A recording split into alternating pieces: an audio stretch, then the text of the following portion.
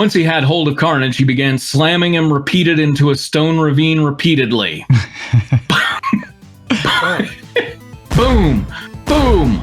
Boom!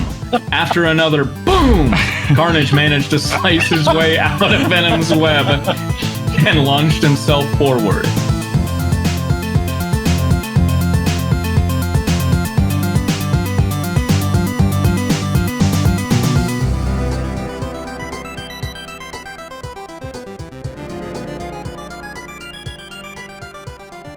What's up, thick lickers? Welcome back.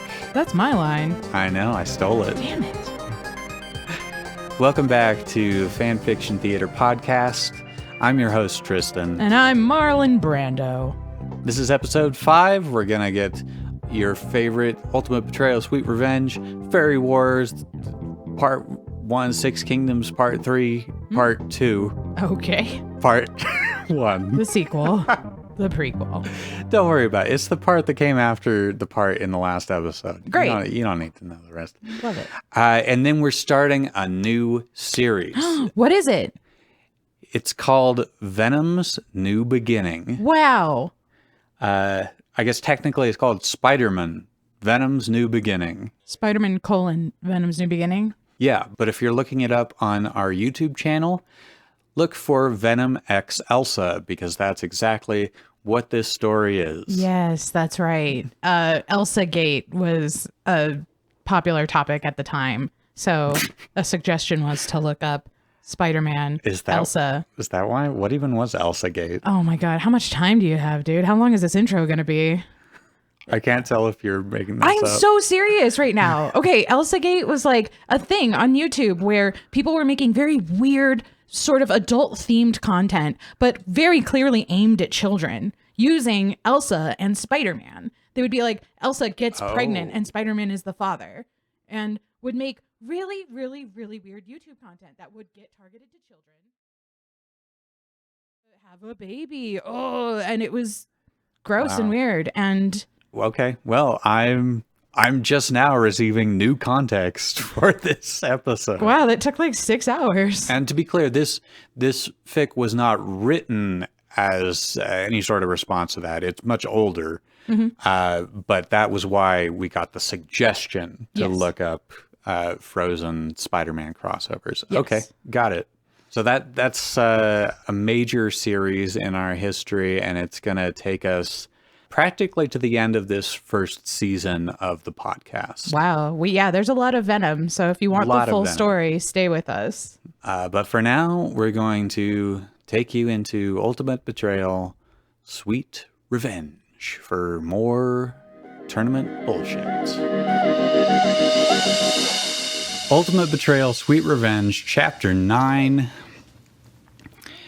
After the conclusion of Jade's battle, Ash received a message from Elaine that someone wanted to speak to him in private outside the arena. When the Mount Silver Guardian arrived outside, he was surprised to see Brock waiting for him, several very familiar Pokeballs in hand. He can recognize individual Pokeballs with his aura, probably. Brock, what are you doing here? He asked suspiciously, though there was no spite in his voice. I came to give these to you, Ash, Brock replied, handing Ash his Pokeballs. Ash took them, feeling stunned. Thanks, but what's all this about? The raven-haired man asked, releasing the Pokemon from their Pokeballs. Crokunk, Chansey, and Marshstomp appeared in front of Ash. Well, I was hoping you would accept them as an apology gift, the aspiring Pokemon doctor said nervously. Ash rose his eyebrows. All right, I'm listening, he said calmly. But make this quick. I have to watch the rest of the first round. Brock took a deep breath. Ash, the truth is, I never wanted to betray you, he began. Ash's eyebrows traveled farther up into his forehead. But he didn't interrupt. Hold on. Say that again. His eyebrows traveled deeper into his forehead? Traveled farther up into his forehead. So now I'm picturing, Now I'm picturing that like Ash, even though he's kind of the same age, has started to go bald, and so his the eyebrows are going up to like that area, up to match his receding hairline.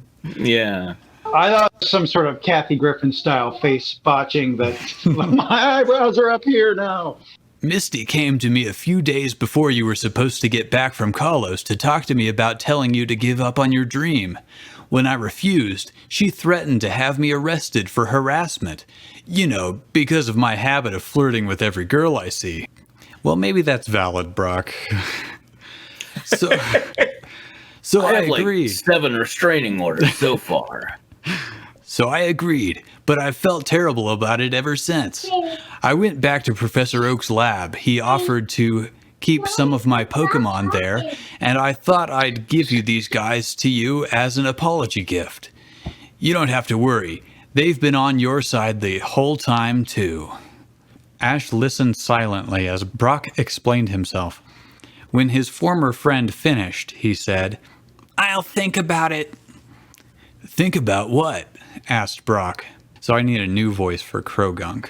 Ash, you can trust him. We're all on your side here, honest. Yeah, we never wanted to betray you, Chansey added. Promise, Marshstomp said solemnly. Look, just because you didn't want to betray me doesn't change the fact that you did. Ash said, rubbing a hand over his forehead, trying to find his eyebrows, probably. Yeah, I was going to say, watch out for his eyebrows. Then. I appreciate the apology and everything, but it's been too long for me to forgive you just like that. Brock sighed. I thought you'd say that. I understand completely, he said humbly. Take as much time as you need. Ash nodded. I also appreciate the apology gift, but they're your Pokemon and I think they should stay with you. They're obviously still happy with you anyway, he continued. I wouldn't want to change that. The only reason I have the other traitors' Pokemon is because they came to me of their own accord. Really? Thanks, Ash, Marshstomp said happily. No offense, of course. None taken, Ash said, grinning a bit at Marshstomp. Brock looked surprised. Wait, you can understand Pokemon?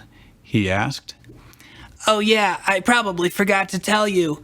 Anyway, I'll think about forgiving you, the raven-haired trainer said.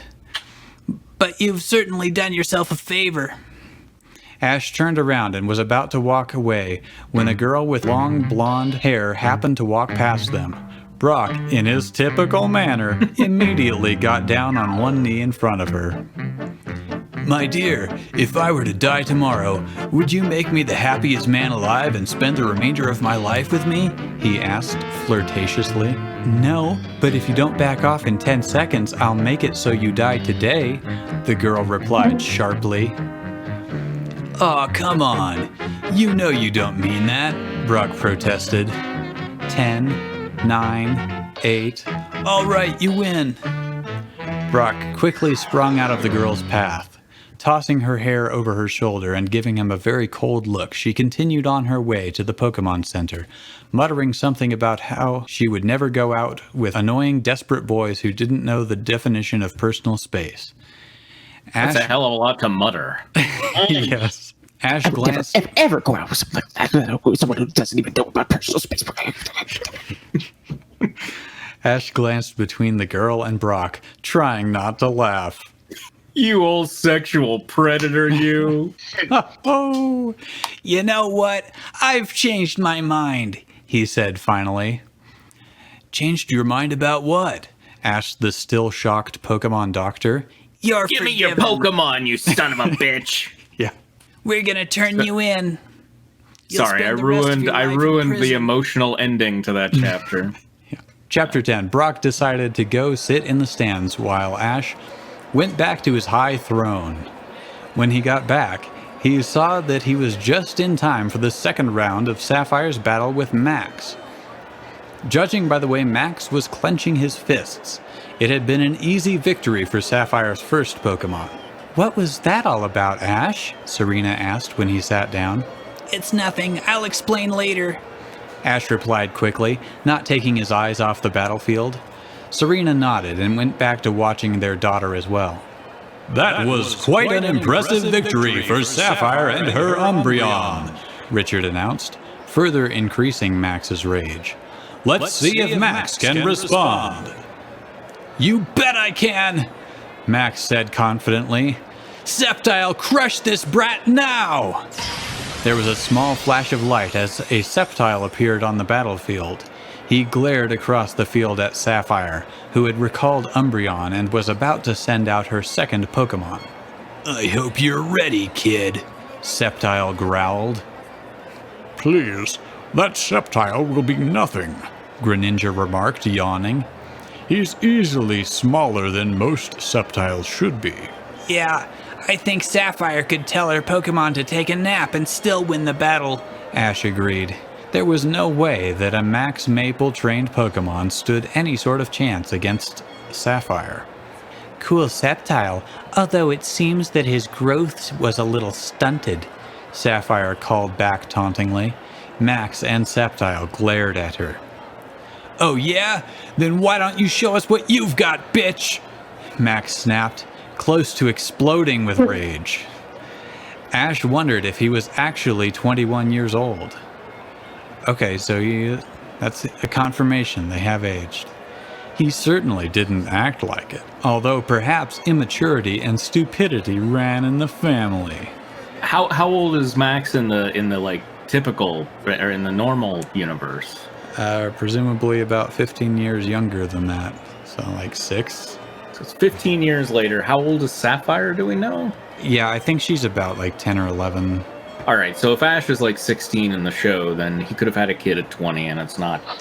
Well, he was like 10 in the show, but.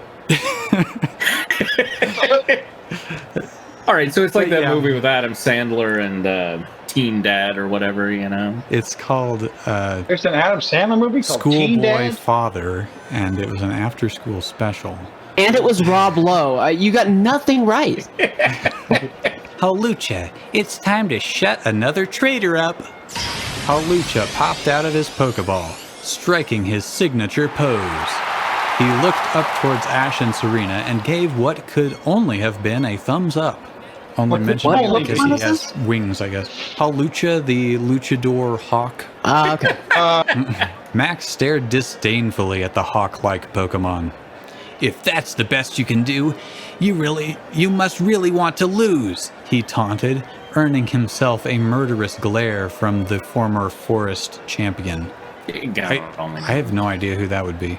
Sceptile. Just some guy in the third row who was a former forest champion. We go now to the former forest champion. Sceptile, use Leaf Blade. Take it, Hawlucha, Saphire said calmly. Ugh, phrasing.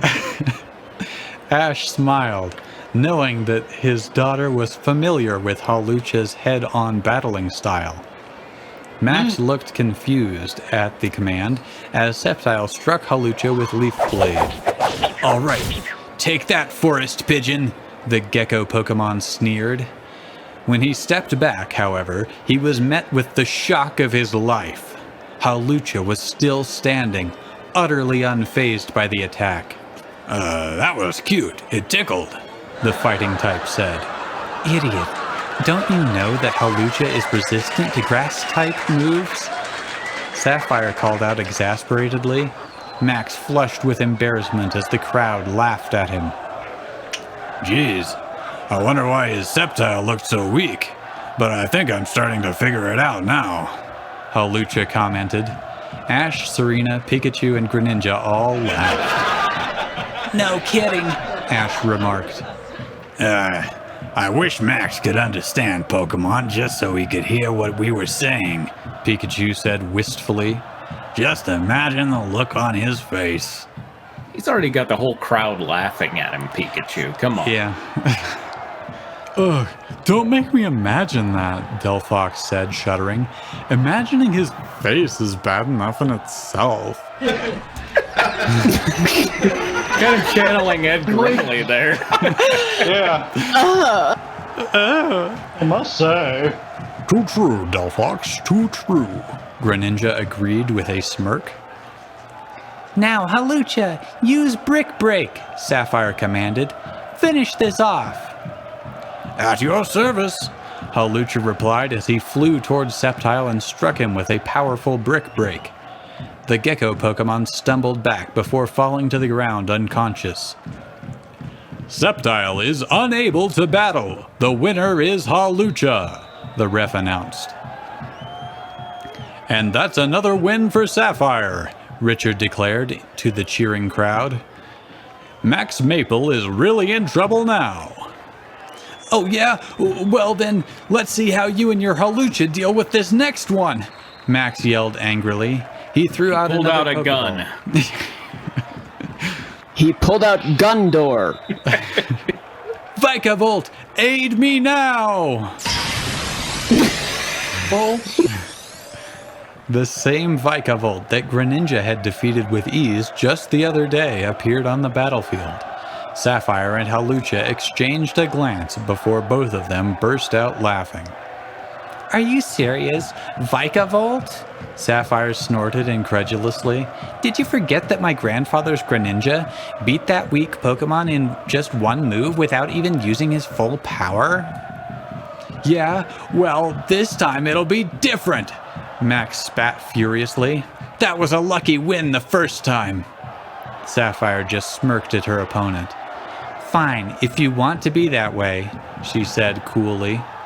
She turned to Halucha and shouted, All right, Halucha, use Karate Chop, but don't do it at full power. Let's drag this battle on for a bit. So what, about 2% power? Halucha asked, only half joking as he slammed his Karate Chop into Vikavolt's head. Because that's about as much power as I can use if we want to drag this out. Damn you! Vikavolt growled, wincing in pain. Normally, a fighting-type move wouldn't have been very effective on Vikavolt, but Halucha wasn't called the Forest Champion for nothing. Oh, okay. Halucha is the Forest Champion. Ignore the pain, Vikavolt! Use Zap Cannon! Max shouted. Vikavolt launched his Zap Cannon, which struck Halucha head-on. All right, direct hit and super effective! When the smoke cleared, however, everyone gasped. Halucha was still standing, completely fine even after being hit by a move that should have been super effective. He smirked over at Vikavolt. You'll have to do better than that, he called. Vikavolt snarled at him. Now, Halucha, use high jump kick, Saphire ordered. Take it, Max yelled confidently. Ash wondered how he could still be so cocky even after seeing his powerful attack fail miserably. You're going to regret this, Halucha warned Vikavolt as he charged towards him, slamming his high jump kick into his chest and sending him flying through the air. Does Vikavolt even have a chest? Whatever. You would think that Max would be a little less arrogant, Delphox remarked. especially after Greninja beat him so easily, even with a type disadvantage. Yeah, well, this is Max we're talking about, Greninja reminded her. Come on, Vikavolt, I need you now, Max screamed, his anger starting to get the best of him. Use Thunderbolt! Vikavolt tried to fire off a Thunderbolt, but because he was so exhausted, the attack fizzled out before it could be unleashed. Ash and his family burst out laughing, as did the rest of the crowd. Let's finish this idiot, Halucha. Use Flying Press, Saphire called out. You've got it, Halucha answered as he soared into the air. He performed his customary spin before diving down towards Vikavolt and landing hard on top of him. Jumping off his victim, Halucha flexed his wings in a victory pose as Vikavolt fell to the ground. Vikavolt, no! Max cried out. Vikavolt is unable to battle. Halucha is the winner, the ref declared, which means the victory goes to Saphire. So wait, are we not gonna get an explanation for why that attack that should have been super effective just wasn't? It's because Max... It's because they're traitors and they're stupid. Yeah. Okay. Yeah, that's gonna be a theme. I wonder how many more battles like this we have to go through. All right, nice work, Hawlucha, Saphire cheered, high-fiving the hawk-like Pokemon. Across the field, Max sank to the ground on his knees in disbelief. He had been defeated. No, worse than that. He had been completely and utterly humiliated, and by an 11-year-old girl, no less. Now, No, worse than that. He was dead. it was the most embarrassing moment of his life. Saphire ignored her opponent's distress as she turned to face the crowd. "And that," she called loudly, "is how you put an idiot in their place." That's the section break noise for the story. Up in the stand, several of the traitors were watching the scene unfold in disbelief. This can't be happening," Iris stammered. "How did Max just get totally crushed by a little girl?" May asked. "And one of Ketchum's children, no less. She should have been way weaker." "Don't worry, it won't happen again. Dawn will win for I've sure." seen his genetic structure. It's terrible. The others winced, knowing that if two of their strongest members could be defeated so handily at the hands of two inexperienced trainers, there wasn't much hope for the rest of them. And yet there's 12 more chapters. Well, now is he just going down one of those long lists of names from an earlier chapter, like fighting each one of those people? I mean, basically. Trying to think in the macro here. Okay. Wow. 12. Oh. Replace raven-haired with cool blonde hair. Scarlet-haired. The former forest champion with the water type dolphin training champion, whatever. All right, a year passed. The tribe had moved around several more times, as was usual. Much had changed since the loss of the girl's mother, and grief took both sisters differently. Nereza mourned deeply.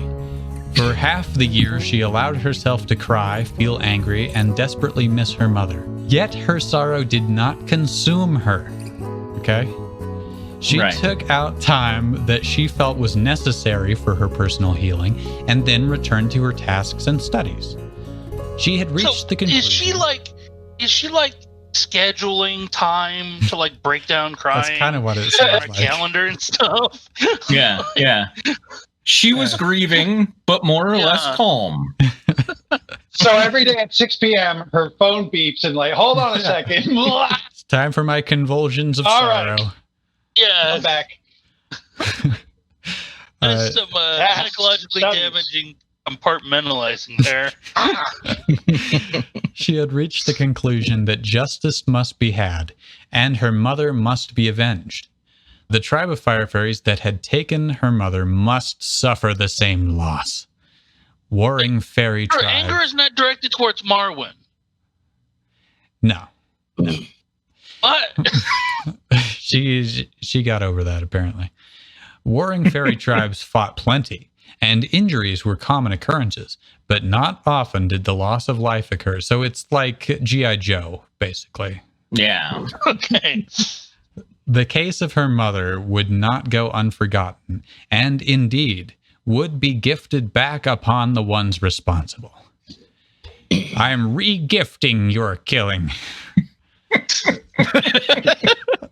Revenge was not a concept Nereza took to lightly. She did not believe in it when born out of blind anger. In fact, she preferred peace and order above all else, and if the situation allowed such things, she felt it was the best path to take. However, this was an instance in which she could calmly deduce that revenge was necessary. I'm not mad. Listen, I crunched the numbers. She was hell-bent on revenge, but calmly. Yeah.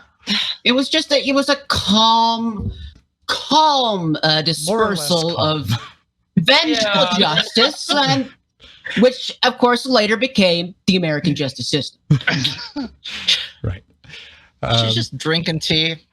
I swear revenge. An innocent fairy had lost her life, and those who had done it would be punished. It was as simple as that. This was not so for Urielle.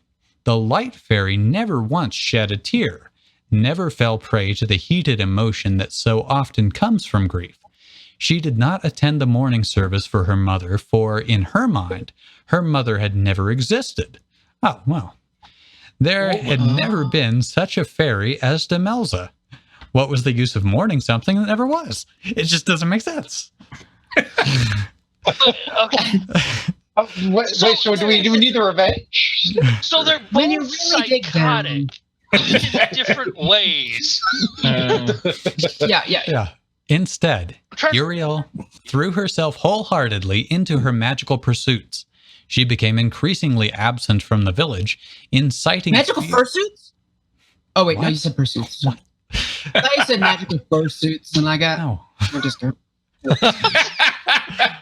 Like possibly a beak suit? Yeah, something like that. I was... Increasingly absent from the village, inciting fear and worry in her elder sister, Urielle spent a large portion of her time with the Fiora, learning deep and mysterious magic, studying legends and stories, practicing new spells, and perfecting ones she knew. She also had a rare talent, the ability to invent new spells. This was a secret she kept close to her heart, and from the Fiora, and from her sister as well. Though she was not aware, Nereza had reasoned it out for herself after being shown her sister's stone Neopet. Nereza knew that was not a spell anyone had performed before, and that Urielle had only managed it because she had created it. Okay, thanks for catching us up, omniscient narrator. Nereza was angered by Urielle's refusal to mourn, accusing her of insulting their mother's memory. "This is not good for you, Ellie," she told her. "Holding it all inside, the sorrow will not simply leave on its own. You will collapse all at once." "I do not understand what it is you believe I am holding inside," Urielle replied coolly. "There is no sorrow within me. I am quite fine. Please leave me." Eventually, Nereza gave up trying, though she loathed the thought of her sister rotting inside. The two sisters grew distant, despite the elder sister's attempts to keep their ties close. Any suggestion to spend time together was rejected, and Nereza could feel Urielle pulling away from her. It reached a point where Urielle began almost living in the Fiora's tent, and the only times Nereza saw her was during her own lessons. She would ask Morwen, "Where has Ellie got to?" But she would get only a non-committal response. The distance saddened Nereza greatly.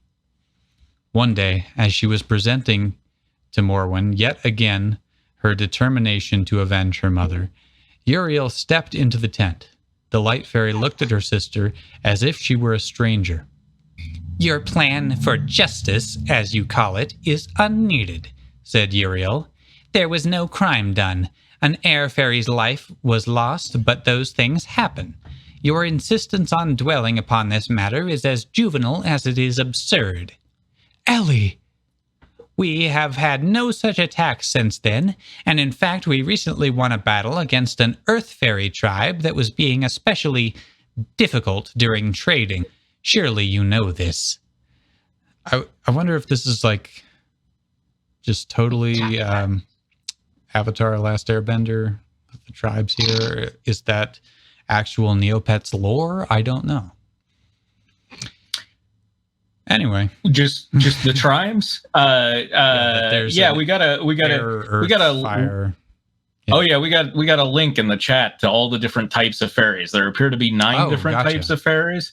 Yeah, I missed that. Yeah, we got goth, fire, tree, leaf, toothbrush, torn paper, nuclear holocaust, and swimming. I think those are the types. I never noticed until you spelled it out that they're based on the periodic table of the elements.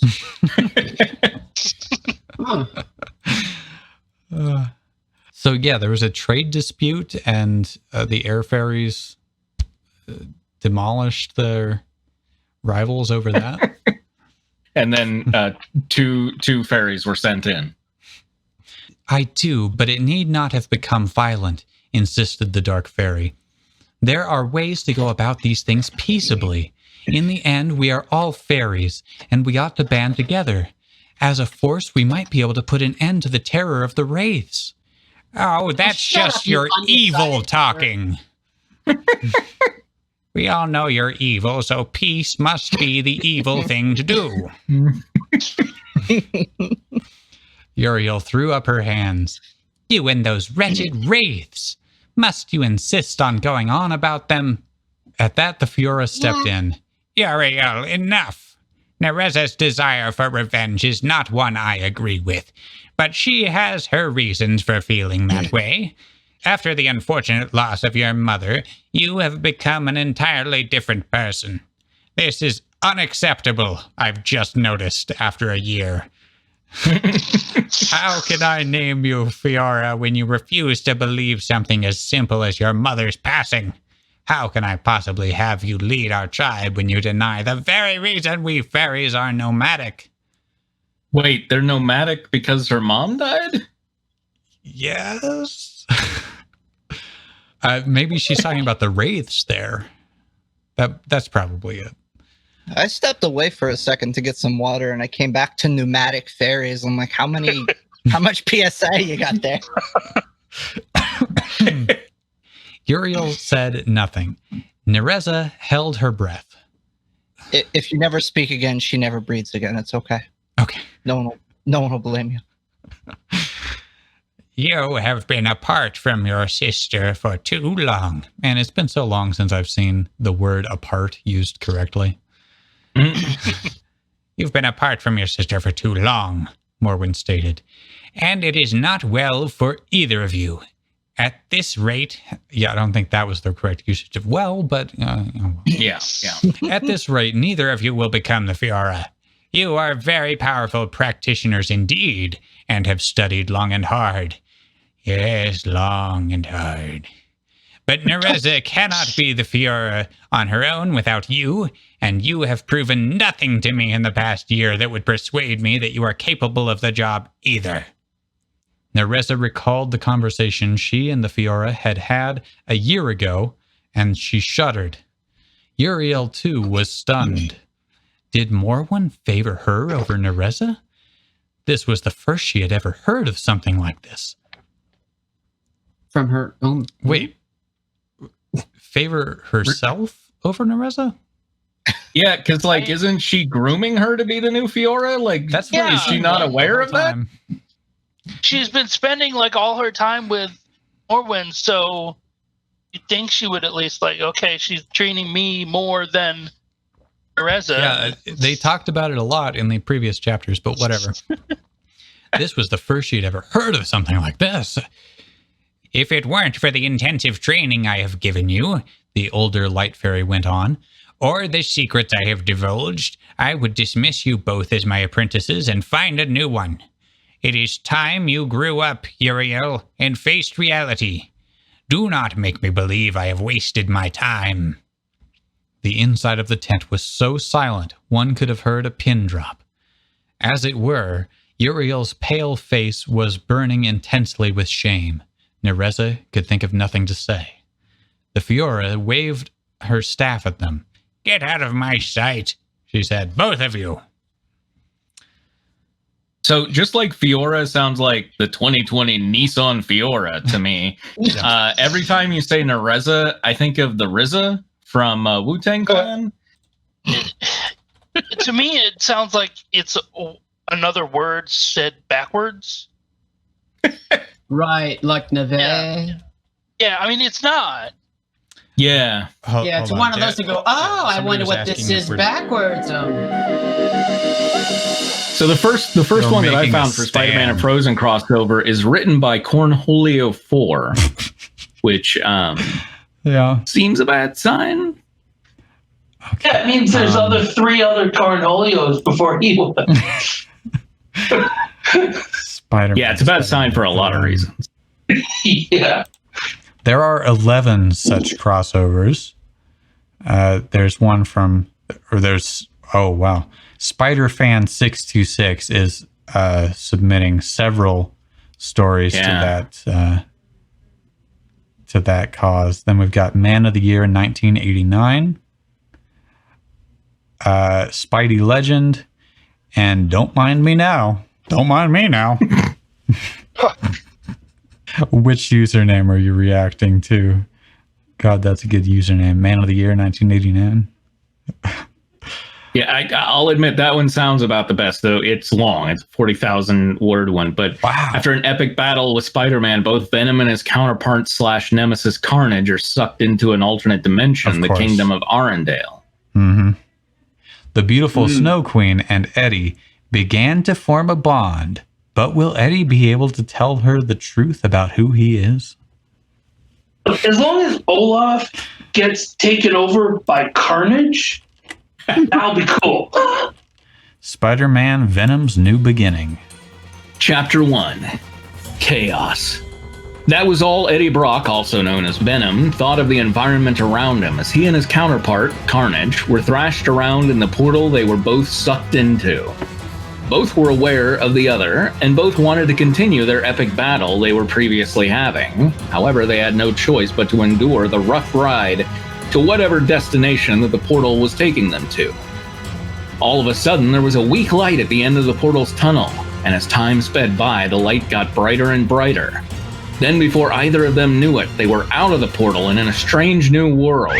Seconds after the portal spat the duo out, it disappeared into thin air.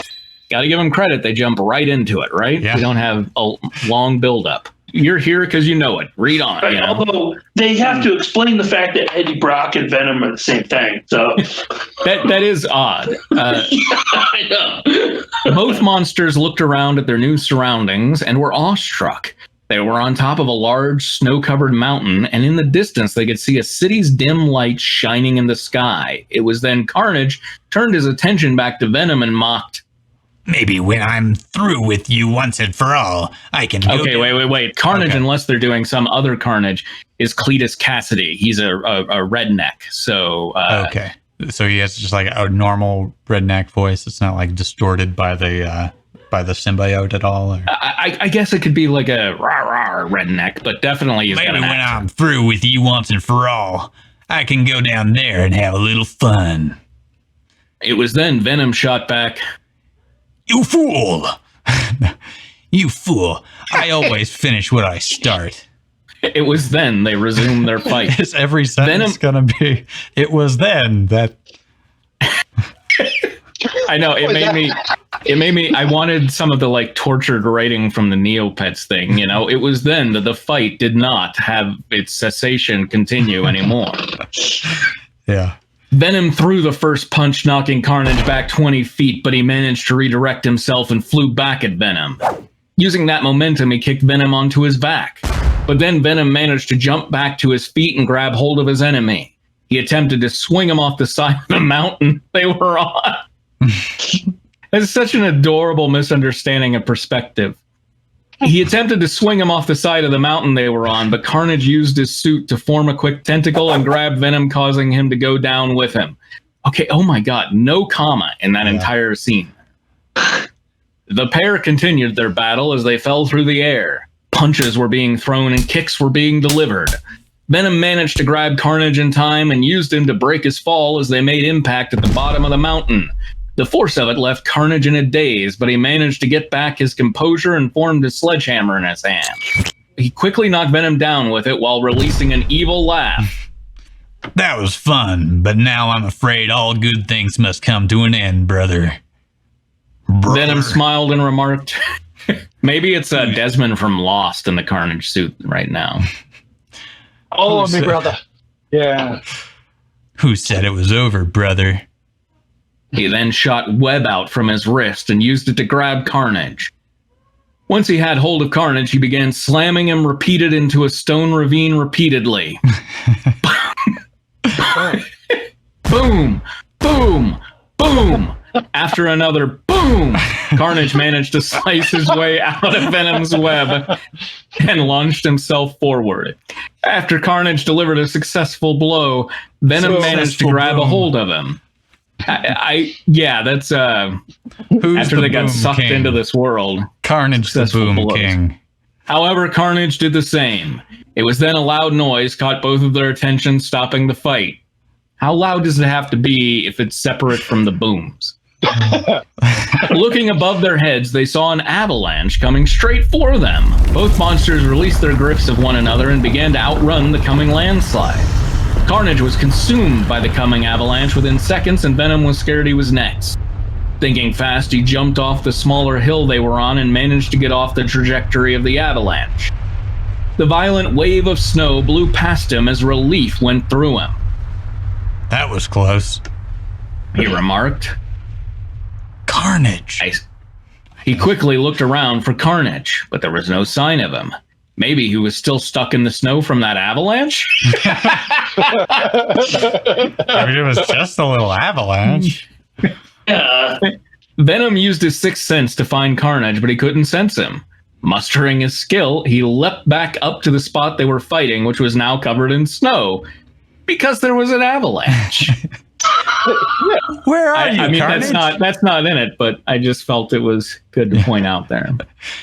Where are you, Carnage? Show yourself. He barked. Barked. But still no Carnage. Does Venom just want to fight? Because, like, it would seem if you've got your monster covered in an avalanche, that's good, right? Yeah, but like mission he seems very upset. But still no Carnage. He had to either been long gone, or maybe by some miracle, dead. Venom rolled his eyes at that logic. I'd never be that lucky, he thought. He stayed around the scene of the fight for another 5 minutes, but still couldn't find Carnage. He decided he pressed his luck far enough and decided to leave. Well, if it's pressing your luck to stay, why did you start? Departing from the mountains, he descended into a deep forest. The journey would have been a 2-hour journey for the average person. However, he was not average, he was Venom. On all the comics, they call him Venom the above average. Yeah, that actually is a good line. The not average that's Venom. Really good. Put that on the movie poster. Guess what? Tom Hardy is not average. He made it to the forest in 10 minutes. He landed in the treetop to survey the strange new land around him. Where did that portal just take me? I'm definitely not in Kansas anymore. He joked. Then something caught his eyes in the distance. There in a clearing a few miles away sat a small store in the forest. Obviously, it was open for business as he saw smoke rise up from its chimney. Changing to his human form, he looked at his clothes. I could use a good jacket. Maybe while What I'm is there. a smoking chimney a store open sign? How, since when ever? Yeah. So I thought I'd come in, you had a fire going? It's like, yeah, it's cold. Get out of my house. It's Final Fantasy logic. Okay, I'm sorry. He's there to find a good jacket. He's there for fashion. That's right. Okay. Maybe while I'm there, I can get some information about this place. He then shot some web out of his wrist and slung his way to the store. Okay. Once he got closer, he discreetly descended to the ground and made sure he was still in his human form. He was so used to taking the form of Venom, he didn't bother turning back to Eddie Brock most of the time. However, he decided it was best to keep a low profile, for now. He then emerged from his hiding spot and casually walked up to the building. He then examined the sign out front. Wandering Oaken's Trading Post and Sauna. Oh, I guess this is him talking. Sorry. What? Oh, it's the Swedish Oh, this is that was awesome. Wandering Oaken's Trading Post and Sauna. Nice. He smiled. He opened the door and walked in, causing an unseen bell to ring. Sitting behind the counter was a large man who spoke in a very thick Scandinavian accent. An unseen bell. Why did he look around? Where's that bell? I don't see it. And he couldn't. And even with his enhanced senses, he could not find the bell. Woohoo! Big winter sale going on. Is that close. Eddie Brock nodded in acknowledgement. Yeah, that's sure. Eddie Brock nodded in acknowledgement and casually strolled up and down the various shelves examining the supplies. In truth, he didn't need anything there. A jacket would come in handy, but that was about it. I'm here for one thing only. He went one jacket. more. He went one more aisle over and found a duster with a hood and tried it on. The duster fit. It's not a jacket. I don't want a duster. I don't want a parka. I don't want a coat. The duster fit perfectly and was dark. He liked it and figured it wouldn't stick out like a sore thumb as bad now. Yeah. Picked up. In truth, he was tempted to just turn back into his Venom form and take what he wanted, but for some reason, he just wanted to enjoy the quietness of the store. There's that damn bell, though. You can't enjoy it for us. And besides, he wasn't sure where he was or what he was dealing with, so discretion was his best bet for the moment. He looked back up and noticed the man was watching him. Feeling a bit uneasy, he decided to break the ice. I've been on the road for a while now.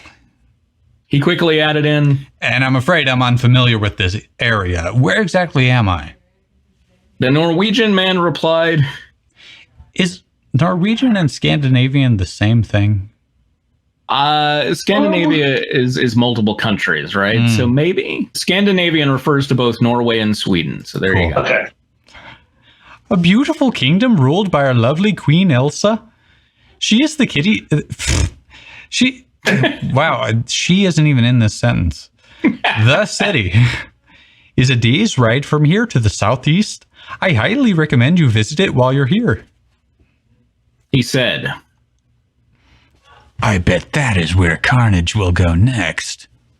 Eddie thought. He then walked up to the counter where the strange clerk clapped his hands together and remarked, The strange clerk clapped. The coat looks good on you, yes? That will be 50? Eddie responded, Do you take American dollars? The man looked at him strange and shrugged. I'm afraid I can only accept Arendelle currency. Sorry. Thinking quickly, Eddie Brock then replied, What about trade? Oh God. He took off his shirt slowly. What do you have? Taking off his watch, he handed it to the man and said, This is my digital watch. Oh yeah, it's digital. Venom, well known for his digital watch ownership. I like to think of Eddie Brock as the big guy, and he's got like one of those like 80s like calculator watches. Yeah. Look on the side. You can use those buttons on there to change your time, set an alarm, timer, and it even has a small flashlight. The man, the author, not a fan The of man was in complete shock at how high tech the watch was. He's just talking about a different man. You should be impressed. This guy I know, I call him the man. The man was in complete shock at how high tech the watch was. Does the man even know what tech is? Right, exactly. You could be like, "Oh, that's funny, Sonny boy. Now give me, now get the hell out of my store." Yeah, you wouldn't really understand it. Very advanced piece of equipment, yes. Never heard of this digital you speak of, but I like it very much. Okay, I trade. Where does the cuckoo come out? It's a digital. By the way, he says, "But I like very much." Like, so he's even more pigeon English, I guess. He then started playing with all the gizmos on the watch and especially took a liking to the miniature flashlight on it. Eddie then took that opportunity to wish the man a good day and walked outside. However, as he made his way outside, he was deep in thought. No digital devices. The people here are dressed very strange. Where exactly is Arendelle? He then began watching a nearby family loading up their sleigh and pull off. The more he noticed, the more questions popped into his mind. He then felt something brush up against his foot. Looking down, he saw part of a newspaper gently being pushed by the breeze against his leg. I like the agency implied there. Just, here, sir. Just have it. Okay. Yeah. He then snatched it up and examined it. He looked at the date on the paper, and then it all made sense. The portal somehow miscalculated its trajectory and sent them back in time. Way back. Way before he was even born, centuries before. Mm-hmm. Well, I don't think they ever established what the actual year was in Frozen. Yeah. I like that this author assumed that Frozen just took place in Scandinavia long ago. Like, there was ice magic back there, right? Sure. Right, it's like 1400s, something like that. Yeah. Well, at least I don't gotta put up with Spider-Man. He mused. But then his mood soured. Spider-Man. He then looked up to the skies and growled, Our fight is far from over, Spider-Man. I'll be back to finish what we started. Is this a separate fight that we don't know about? Yeah. Yeah, it's separate from his fight with Carnage. He then resumed to his Venom form and bolted through the forest and then ascended back to the treetop. So getting the jacket was just kind of irrelevant then. Yeah. He said he could use one, but he didn't need it. Venom, It's a duster. Unless Venom is wearing the jacket, which would be hilarious. He then swung from tree to tree using his web powers and stopped. Something was wrong. Using his sharpened senses, he picked up on a distant scream. He was able to pinpoint it a couple miles northeast of his position. I hope for your sake that isn't you causing trouble, Carnage. He then... Carnage is under a friggin' avalanche, dude. He's dead, man. He then picked up his pace and began closing in on the source of the noise. He dropped to the ground as he saw what all the fuss was about. All the fuss, the screaming. There was a gang of men who were circled around what appeared to be a young couple. The men must have been bandits, as Venom overheard who he assumed the leader speak. Give us your valuables or you die. An evil smile came across Venom's face. That's something a bandit would say. Showtime. He then disappeared into the snow flurries that were blowing around the scene. Anna and Kristoff were trapped. The bandits eyed them hungrily with their swords out. The leader threatened them again. This is your last chance, pretty boy. Give us what you got on that sleigh, or I'll cut your throat and bleed you out like a pig, and then I'll do the same. Is this true to Frozen? Was it like this? Yeah. No. Then I'll do the same with that pretty redhead of yours. Kristoff, who also had his sword out, shot back. Leave us alone. I will hurt you. Anna, who was holding a small dagger, tried to appear brave, but she was terrified for her life. The bandits then laughed, and the leader spoke up again. All right, you asked for it, boy. He raised his sword and began to attack, but then something lashed around his leg and pulled him out of sight. The bandits then turned their backs to the young couple to look for their leader. Then a shadow shot through and grabbed another bandit and disappeared out of sight with him. The bandits then formed a small circle with their backs to one another, completely ignoring Kristoff and Anna. I don't like this, Ace. I say screw the lovebirds. We gotta go right now. Shut it. Whoever it is out for blood, and he ain't gonna get it without a fight. What? The bandit named Ace spoke. Suddenly, a dark figure emerged from the storm and ran frantically at them. It was the second bandit, and he had a look of sheer terror in his eyes.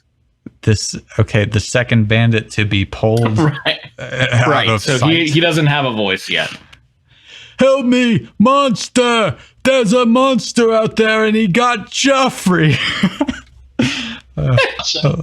But when the bandit got up to the group, he was pulled away again by an unseen force. Venom's just like, Maybe it was the bell. This guy. Anna and Kristoff were in complete shock as they heard the blood-curdling shriek in the distance, but then instantly silenced. The group of bandits formed into an even tighter circle and waited for this monster to return to claim its next victim. Can two people form a tight circle? No. I guess they would have to like hold out their hands, right, behind Right. each other. They start waltzing. Waltzing back to back. Anna looked at Kristoff and mouthed, Let's go. Kristoff nodded, but put up his hand, telling her to wait. She looked at him frustrated and confused, but he quietly said, whatever it is doesn't want us. She gave him a puzzled look, so he explained, These bandits are being hunted. but whatever's out there could just be hunting humans, right? Look, we've had 2 examples so far. They've both been bandits. Clearly, it's only interested in bandits. Meanwhile, the bandits nervously shifted in their formation, waiting to see their enemy. Suddenly, Venom dropped into the middle of the circle and began his attack. Before they realized what was happening, it was too late. Venom grabbed and slung the men around as if they were rag dolls. Despite the bandits' numbers, they were no match for their attacker. Within seconds, all but one of the men were down for the count. The lone bandit stumbled away from the attacker. Kristoff and Anna could barely make out their mysterious savior as the snowstorm obstructed his appearance. Eddie decided to change to his human appearance as he approached the last bandit, who was shaking helplessly. He continued stumbling backward to the point where he was less than 10 feet away from Kristoff and Anna. It was then they were able to see their rescuer. The monster was a man, a very dangerous man. But like the bandits were circled around Anna and Kristoff. Venom dropped into the middle of them. You would think he would be pretty close, but now they're like stopping towards them somehow. Whatever. How big was that circle? How many bandits were there left? Apparently, like 56. Yeah, I was gonna say it's every other inhabitant of Arendelle who isn't Anna, Kristoff, or Sven. The last criminal raised his sword at Eddie Brock and warned, "Get back! I'll kill you! Get away from me!" Eddie smiled and continued to walk towards his prey. The bandit swung his sword at him, only for Eddie to catch it with his right hand. Then with blinding speed, he grabbed the sword and broke it in half across his knee. The bandit turned whiter than the snow when Eddie broke his steel sword like a twig. He was helpless as his attacker closed in for the kill. Eddie Brock loved the terror he caused this man and decided to play on it one last time. Boo.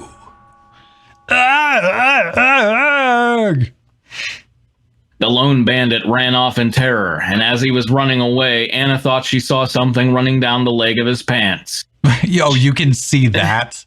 That's the way that's phrased makes me think it's like he had a little animal companion. Yeah, it's got to be on the outside of his pants. Meanwhile, the bandit disappeared into the blizzard, and the pair was sure that he wouldn't be bothering them anymore. Satisfied his work was finished, Eddie began to walk off. Wait! Anna yelled, catching up to him, with Kristoff following right behind. Eddie turned back to see what she wanted. Where are you going? She asked him. He turned around to look at her. If she had any idea who he was, they'd be right behind that bandit. He mused to himself. He then answered the redheaded girl. To Arendelle. He replied as he attempted to leave again. This time, Kristoff spoke up. Look, buddy, you just saved our lives. The way I see things, we owe you one. Don't worry about it. Eddie plainly replied as he continued walking. Then Kristoff continued. Just hear us out, please. Eddie exhaled as he once again stopped to look at them. They're relentless. Yeah, but it's spelled like possessive. Yeah, possessive. He thought of turning to his Venom form just to scare them off and have some peace and quiet, but he decided to humor them. He looked at the two of them who were bound and determined to speak to him. Deciding to humor people is a great plot device. Yeah. No wonder Spider-Man likes to split after he saves someone. He thought to himself. Anna then replied, We're heading to Arendelle too. Ride with us. It's the least we can do, and plus it beats you having to trek through the snow. He could easily reach Arendelle by web-slinging his way there. Sleigh riding with a couple of overly friendly Norwegians wasn't his idea of fast travel. But the image. God, the image. But I really wish Tracy were here for that. But then again, something inside him told him to just go with it. Pretending to play hardball, he thought for a moment, then said, Fair enough. He's like miming playing baseball. Okay, so this was a good find, I think. I think this was a very good find. Yeah, no, this is a good one. Yeah, I'm fun.